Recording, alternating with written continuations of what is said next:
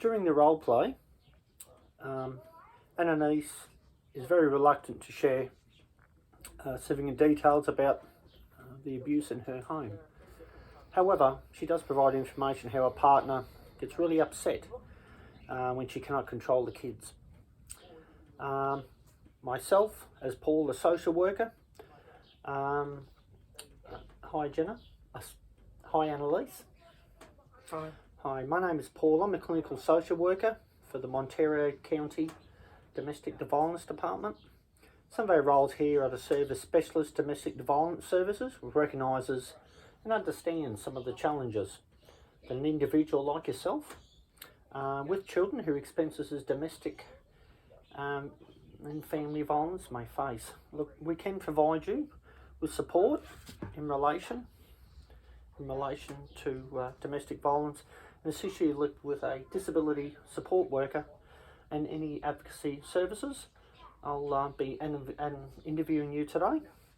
You're a 22-year-old Hispanic female. You came in for a domestic violence problem. And once again, it's nice to meet you, Annalise. Yeah, it's nice to meet you. Nice to meet you? Okay. Look, Annalise, we'll be discussing confidentially today, and this will be very confidential for what we speak today. At our practice, we're covered under the Privacy Confidentiality Act, so anything that is said will be kept confidential, will stay in this office and will remain private. Anything that is said and remain also, Annalise, must first help you to understand, Annalise, that your rights in relation to accessing our service, you have as much freedom to share as much or as little as you feel at this time. It will stay between you and me. As you know, we'll go throughout the situation. The only way that I'll ever be able to break confidentiality is if you want to harm somebody or yourself. So is that understandable? Yep, that's okay. Okay. So, Annalise, tell me a little bit about yourself.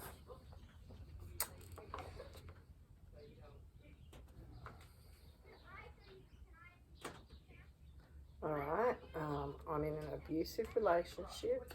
My boyfriend Robert and we've been together for about 3 years. Now he tends to abuse me verbally and physically. It happened about 3 times a week, you know. He's threatened me verbally and threatens to take the kids away from me, as you know, which causes me to stay just because he started my family, and I'm scared, and it scares me. So I don't want him to harm my children. Most importantly, I'm just trying to find the help that is needed for me today. So Annalise, tell me a little bit about your family and how you first met Robert, and just a little bit about yourself. Well, I met Robert. We were co-workers. We worked together out of school. We started off as friends, and then we made it official, and now started off in a happy relationship.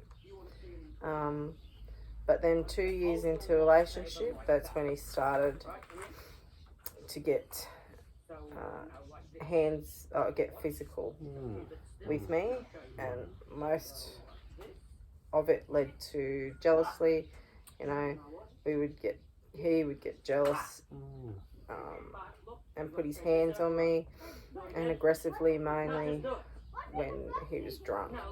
And I've noticed that now he's sober most of the time, that he abuses me. Oh. Yeah.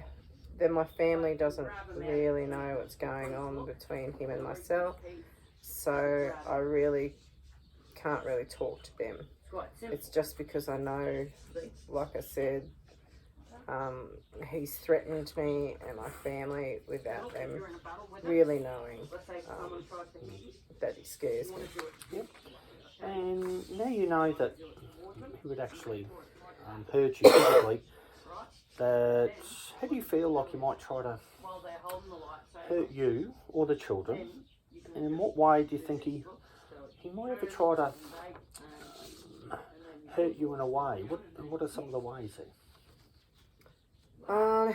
He scares me to the point where he hurts me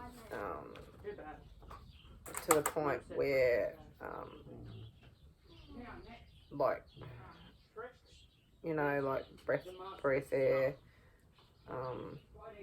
it's gone to the point where I've gotten scared. So yeah. Okay.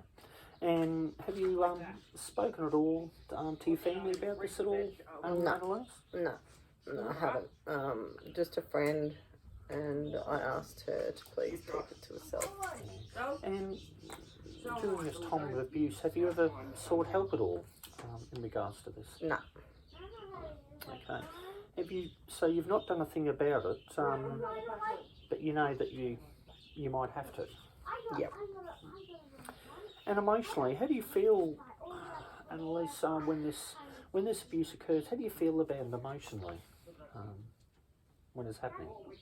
I feel sorry for most of the part. It's emotional for me, yeah. Mainly just scared, very scared, particularly in front of our children. Yes. And do you ever feel like you could ever, with the exception to your friend that you spoke about, do you think you could ever open up to somebody about this? I know you're new to the area, you've only been here 3 months, but do you feel like you've met anyone that you may be able to open up to about this? I'm scared of them judging me, as I'm fresh on the scene in this relationship, and I feel a little bit hopeless, and just many ups and downs with the relationship, you know. Yeah. And just regarding the relationship, Annalise, what really feels like you really want to stay within this relationship? Mainly I'm scared, and I have a sense of hope that he'll change. No, he's not. So I think I hit that point where it's like I need change for myself. Yeah. And how long do you feel like this has been going on? At the start there was some peacefulness, and so we have started 2 years in relationship. So it's been a year. It's been a year, a little bit less in the beginning. He was a typical nice guy. Yeah. Okay. We would go out on dates. Never saw any signals. Sounds like good times. It wasn't threatening. Wasn't jealous. For a few months into the relationship, I would see some small signs, but never thought anything of it. But then he'd have a few drinks in him. He would start drinking. He would drink. He would go out with his friends, the clubs. That's when I noticed it wouldn't get that bad, just until later on in the relationship, when he started getting physical with me, and also in front of our children. And this is when he wasn't sober? Yeah. Okay. Now, you're saying before, when we were speaking before, you were saying that you have a friend, but she lives many hours away. So you've said something to... do you have anyone here? I know you've only been here a short period of time, Annalise, but do you feel like there's anyone around here that you could call as a friend to maybe to ring up, or if anything had happened that you would be able to, like if something did happen, that you would be able to go to? I've contacted her before. Unfortunately, she lives a few hours away from me. So when she can't really do that much. Yeah. But I do talk to her though. Okay. You know, she gives me advice, and she always telling me to get help, and I leave him. But I know, like I said, I'm scared right now, and for what he might do with the children. Okay. Yeah, Annalise, that is very typical of the situation that you're going through. And understand that I want to let you know that I totally understand that why you're scared. And I know you're scared of him, but that's good that you're coming to talk to me and talking to us today. We should put together a safety plan. Now, Annalise, this is a case if he ever tries to hurt you or your children or anything, or if you're trying to, have you tried putting a restraining order, or have you ever thought about anything like that? I have, but honestly, it crosses my mind, but just I don't feel like I have the guts to go through it. Enough courage. Yeah, but I think at this point, Annalise, I do feel like it's very necessary. And do you think like opening up to your family would help you in the situation? No, I don't think it'll help me. Just because I feel like it makes me feel worse, or feel like they would judge me in a way because of my bad choices, and feeling like they are justified when they first warned me about him and his history. Okay. So just finding, Excuse me. Just finding like a friend or somebody closer, or just like someone that you can contact. As soon as something happens, look, we can find you a women's shelter. We know have many organisations that we have in this area, that if something ever does happen, that you ever need to walk out, or if you ever need to leave at a moment's notice, there is a safe place for you. So I'm also going to we're also going to see about setting up a secret bank account, and some personal papers, everything. Maybe you can just have it in a backpack somewhere, just some personal papers, photos that you may have that are close to your heart. Just put in the back, close to where you can grab it, and you know it's something that is ever, God forbid, for anything to happen, that you can just reach out, and like you can go to the you can just go reach out and be able to go somewhere, and you can go to the and you can find help there, or we can just go through like people that you might be able to contact, and that as well will help you. And you can call, because you always need somebody that you can call in a case of emergency or scared.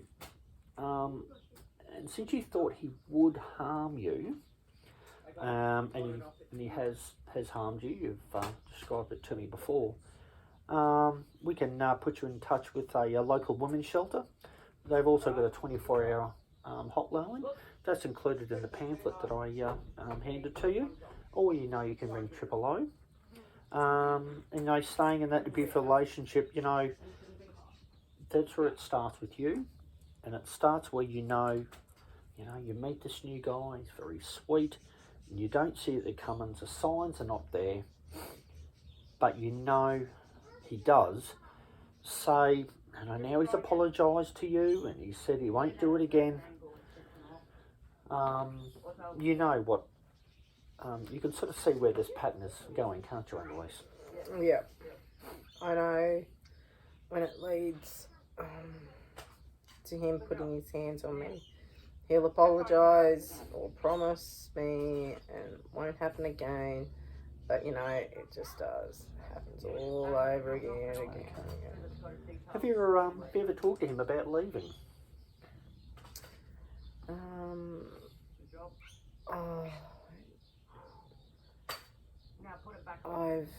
I know way I've kind of done it as a threat. Yeah. Like, I'm leaving you now, that's it. But that's when he starts to be all caring towards me and nice and actually treats me as a girlfriend, and he sucks up more sweet boyfriend towards me. Yeah. And have you ever had that feeling within you, Annalise, that eventually you will break up with him? Or are you maybe just sort of staying with him because of either embarrassment or the way he makes you feel when he is nice? I would like for him to change for himself and for our relationship, but I feel at this point he isn't going to. And I know that he needs to seek the help that he needs and do to at this point. Have you ever told him you considered talking to him, maybe about seeking help from like a trained professional, maybe a psychiatrist? I have, Yep. and you know, he kind of takes me for granted. And how do you think? So, do you know that I believe, like what you're saying, is that you feel safe with him, but you also don't feel safe with him. Do you know what I'm saying with that? Yeah, I do. Okay. Well, this is where this cycle continues. That Annalise, this is where it keeps going to keep happening, and he's not going to be seeking help, and he's in denial. He's at that stage where, yeah, look, he said sorry to you, but it will continue to happen, and you're not okay with that at this point, are you, Annalise? Yeah. So everything I've just spoken about, where are you with all of that? Just playing along with him and hope for the best. Okay. Well, I'm not Annalise, and this is not good that you're not okay with it, but you put yourself and your children through a lot of risk already with him, and I understand that you love this person, and you're very imprinted with you, children, but you also think about yourself and your child and your children's safety for your family first. Yep, you're right. And for the safety of my children. Yeah, and I think that we should now set up a safety plan, Annalise, if that's okay. We'll have some emergency contacts, and there's a shelter where they know who you are. They know a little bit of your history. We'll have a bit of a talk to them, and her and I together. Sharon's her name. She's a lovely lady. And I know if you ever need anything, you can go there. And then we can probably talk in about maybe 2 weeks' time.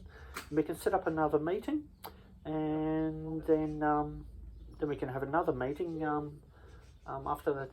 How does that feel with you at the moment now? Yeah, I'm feeling a little bit more secure, as in safety. You know, I feel like now I kind of have resources to help that you're giving me right now. So, you know, I guess that makes me feel a little bit safer. That's good. Okay. And do you feel like there's anything that you need now? Like, do you feel like you're okay to go back home today, or to him today, or? Yeah, I think I'm alright. Okay. So you're right at the moment? Yep. As of right now, I'm okay. We're pretty stable. Okay. And you're okay emotionally? Yep. Okay, yes. Well, it's been nice to meet you, and I thank you. And if you can see the ladies at the front desk, we can set up another time for you. But there's everything there within that pamphlet. I do advise that you look through that pamphlet there, Jenna. So as now, yes, and we'll see you next time at our next meeting. Thank you very much for coming in there today, Jenna. I know it does take a lot of courage, and I do give you thanks and praise for you coming in today. You've made the first step towards seeking help within this relationship, and also for your family and your loving children as well. I can hear them just outside in the waiting room. Yeah, just sometimes outside they're here. a little bit And so I'll let you get to them. And it's been an absolute pleasure to meet you, Annalise. Oh, Thank you. thanks. Thank you. There you go.